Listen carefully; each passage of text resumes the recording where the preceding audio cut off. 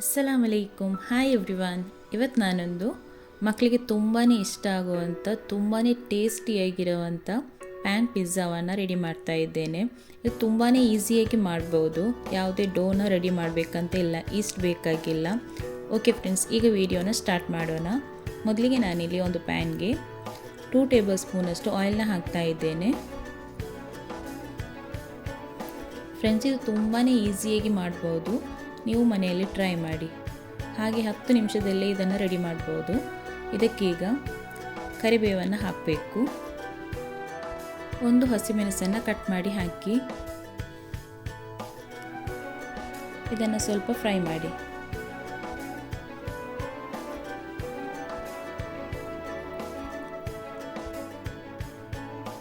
ಇದು ಮಕ್ಕಳಿಗಂತೂ ತುಂಬಾ ಇಷ್ಟ ಆಗುತ್ತೆ. ಹಾಗೆ ಒಂದು 10 ಮಿನಿಟ್ಸ್ ಸಾಕು ಇದು ಮಾಡೋದಕ್ಕೆ.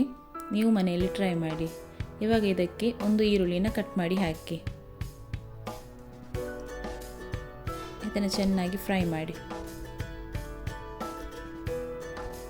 ಓವರಾಗಿ ಫ್ರೈ ಆಗಬೇಕಂತ ಇಲ್ಲ, ಸ್ವಲ್ಪ ಫ್ರೈ ಆದರೆ ಸಾಕು.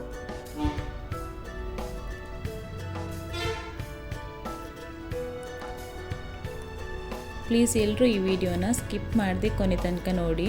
ಹಾಗೆ ನಮ್ಮ ಚಾನಲ್ಗೆ ಸಪೋರ್ಟ್ ಮಾಡ್ತಾ ಇರಿ.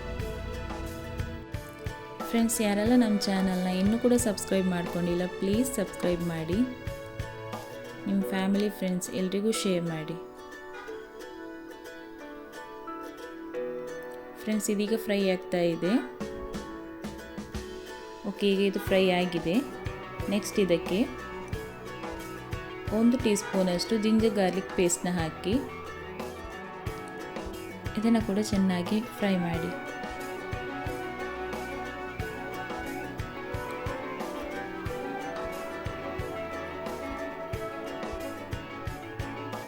ಇವಾಗ ಇದಕ್ಕೆ 1 ಟೊಮೆಟೊ ಹಾಕಿ ಇದು ಸ್ವಲ್ಪ ಸಾಫ್ಟ್ ಆಗೋ ತನಕ ಫ್ರೈ ಮಾಡಿ. ರುಚಿಗೆ ತಕ್ಕಷ್ಟು ಉಪ್ಪು,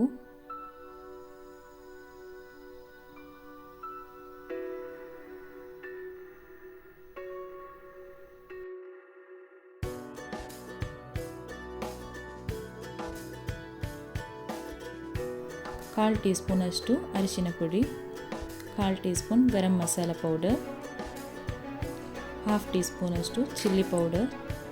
ಖಾರ ಜಾಸ್ತಿ ಬೇಕಂದರೆ ಜಾಸ್ತಿ ಕೂಡ ಹಾಕ್ಬೋದು. ಇದನ್ನೆಲ್ಲ ಚೆನ್ನಾಗಿ ಮಿಕ್ಸ್ ಮಾಡಿ. ಇವಾಗ ಬೇಯಿಸಿಟ್ಕೊಂಡಿರೋ ಚಿಕನ್ ಹಾಕಿ ಇದನ್ನು ಚೆನ್ನಾಗಿ ಮಿಕ್ಸ್ ಮಾಡಿ.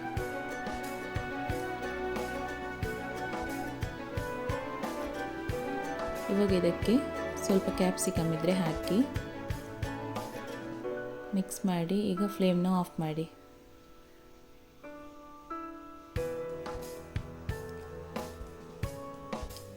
ನೆಕ್ಸ್ಟ್ ಇದಕ್ಕೆ ಹಿಟ್ಟನ್ನು ರೆಡಿ ಮಾಡಬೇಕು. ಇದಕ್ಕೆ ನಾನಿಲ್ಲಿ 1 ಕಪ್ಪಷ್ಟು ಮೈದಾ ಹಾಕ್ಕೊಂಡಿದ್ದೇನೆ, 1 ಮೊಟ್ಟೆ,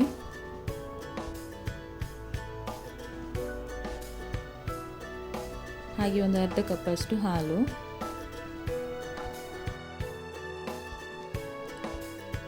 ರುಚಿಗೆ ತಕ್ಕಷ್ಟು ಉಪ್ಪು, ಅರ್ಧ ಕಪ್ಪಷ್ಟು ನೀರು. ಇದನ್ನೆಲ್ಲ ಹಾಕಿ ಗ್ರೈಂಡ್ ಮಾಡಿ.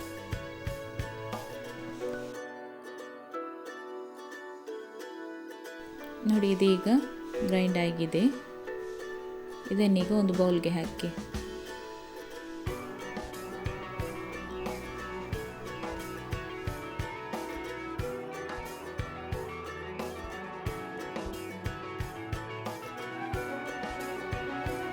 ಫ್ರೆಂಡ್ಸ್, ಈಗ ಬ್ಯಾಟರ್ ರೆಡಿಯಾಗಿದೆ. ಇದೀಗ ಸ್ವಲ್ಪ ಥಿಕ್ನೆಸ್ ಜಾಸ್ತಿ ಇದೆ. ಇದಕ್ಕೆ ಇವಾಗ ಸ್ವಲ್ಪ ನೀರನ್ನು ಹಾಕೋಬೇಕು.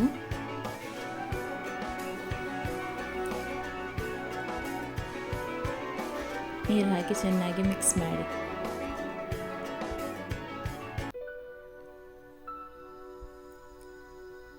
ಈ ಹದದಲ್ಲಿದ್ದರೆ ಸಾಕು.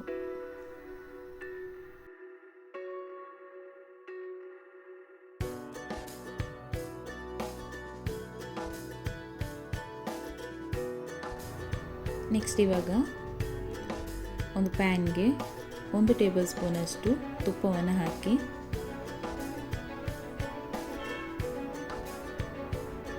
ಇದನ್ನು ತವಾಗೆ ಸ್ಪ್ರೆಡ್ ಮಾಡಿ ಇದು ಲೋ ಫ್ಲೇಮಲ್ಲಿ ಇಡಬೇಕು. ಇವಾಗ ಇದಕ್ಕೆ ಈ ಬ್ಯಾಟರ್ನ ಹಾಕಿ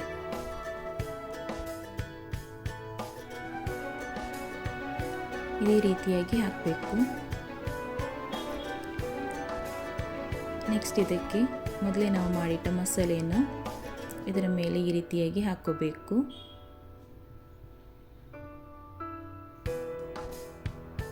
ಫ್ರೆಂಡ್ಸ್, ಇದು ತುಂಬಾ ಈಸಿಯಾಗಿ ಮಾಡ್ಬೋದು, ಹಾಗೆ ತುಂಬಾ ಟೇಸ್ಟಿಯಾಗಿರುತ್ತೆ. ನೀವು ಒಮ್ಮೆ ಟ್ರೈ ಮಾಡಿ, ಮಕ್ಕಳಿಗಂತೂ ತುಂಬಾ ಇಷ್ಟ ಆಗುತ್ತೆ.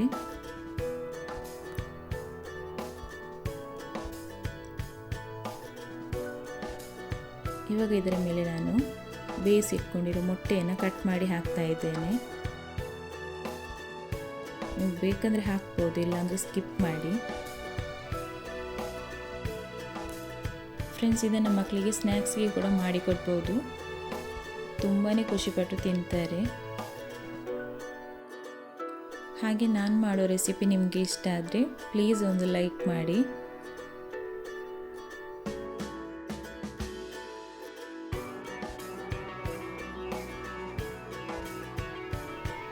ಇವಾಗ ಇದನ್ನೆಲ್ಲ ಸ್ವಲ್ಪ ಪ್ರೆಸ್ ಮಾಡಿ ಈ ರೀತಿಯಾಗಿ.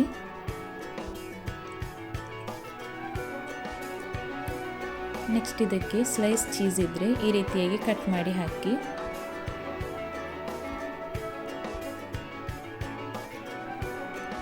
ಫ್ರೆಂಡ್ಸ್, ಫ್ಲೇಮ್ನ ಯಾವುದೇ ಕಾರಣಕ್ಕೂ ಫಾಸ್ಟಾಗಿ ಇಡಬೇಡಿ, ಲೋ ಫ್ಲೇಮಲ್ಲಿ ಇಡಬೇಕು. ನೆಕ್ಸ್ಟ್ ಇದಕ್ಕೆ ಚಿಲ್ಲಿ ಫ್ಲೇಕ್ಸ್ನ ಹಾಕಿ, ಹಾಗೆ ಒರೆಗಾನೋ ಇದ್ದರೆ ಅದನ್ನು ಕೂಡ ಸ್ವಲ್ಪ ಹಾಕಿ. ಲಾಸ್ಟಲ್ಲಿ ಇದಕ್ಕೆ ಟೊಮೆಟೊ ಸಾಸ್ನ ಹಾಕಿ.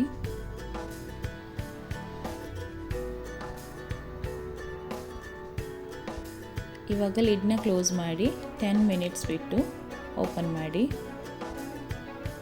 ನೋಡಿ ಫ್ರೆಂಡ್ಸ್, ಇದೀಗ ಪಿಜ್ಜಾ ರೆಡಿಯಾಗಿದೆ. ಇದನ್ನು ಸ್ವಲ್ಪ ಮಗುಚಿ ಹಾಕಬೇಕು ಈ ರೀತಿಯಾಗಿ. ಇನ್ನೊಂದು ಪ್ಯಾನ್ಗೆ ಹಾಕಿ ನೋಡಿ, ಇದೇ ರೀತಿಯಾಗಿ ಹಾಕಬೇಕು.